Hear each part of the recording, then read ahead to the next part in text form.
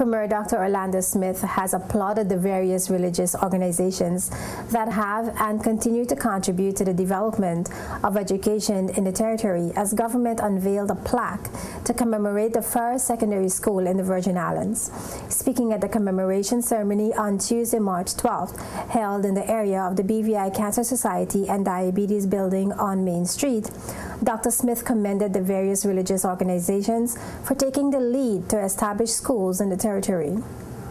This is something recognized long before the ministerial system of government.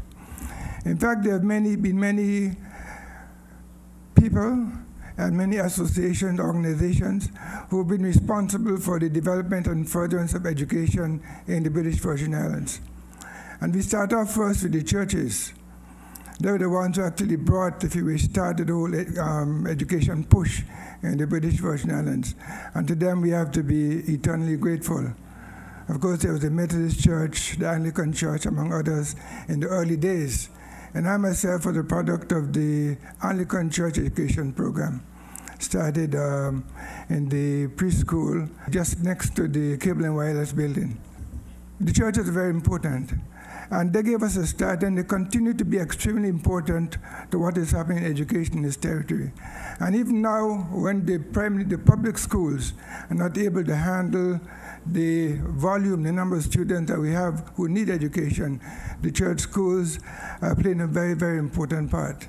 In 1938, a recommendation was put forth to the then West Indian Royal Commission for the establishment of a junior school to introduce secondary level education in the Virgin Islands. By 1942, Thomas Dixon Green, a graduate from Oxford University, was appointed headmaster of the senior school and also replaced Methodist minister Reverend Davison to serve as education supervisor. For Sir David Green's father, it was a contentious battle to open the doors of the territory's first secondary school.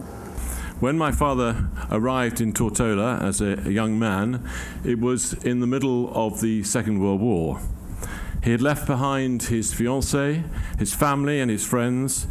He had come to somewhere which was completely different to what he was used to. He had never been outside Western Europe before. He had to contend with considerable tensions between the Methodist and the Anglican churches, and also between the churches and the colonial government.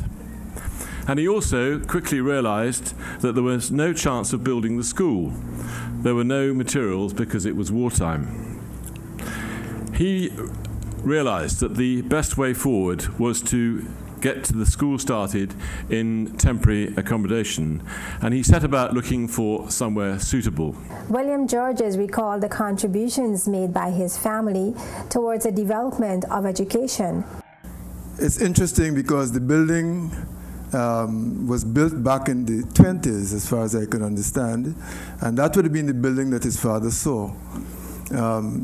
But by the time his father saw it, in fact, my grandfather had already died, and the building was now in the care of Sir Oliver Georges, and it was in fact owned by his sisters. So the Mr. Georges that he was talking about was in fact Sir Oliver.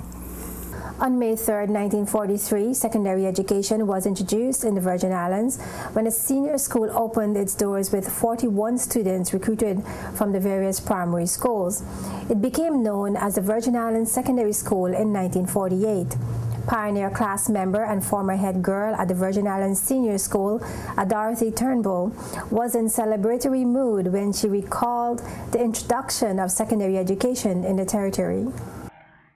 And it was a special occasion for me, a historical occasion for me, a red letter day occasion for me, when I came to Rowtown from the country.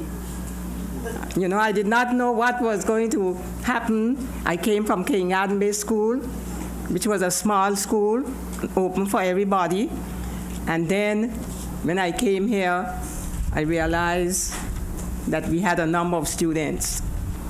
The school began with 41 students, 4 teachers, and the hymn, "We Build Our School on Thee, O Lord." The students came from different elementary schools in the territory. I do not know how the selection was done because there was no entrance exam as far as I know.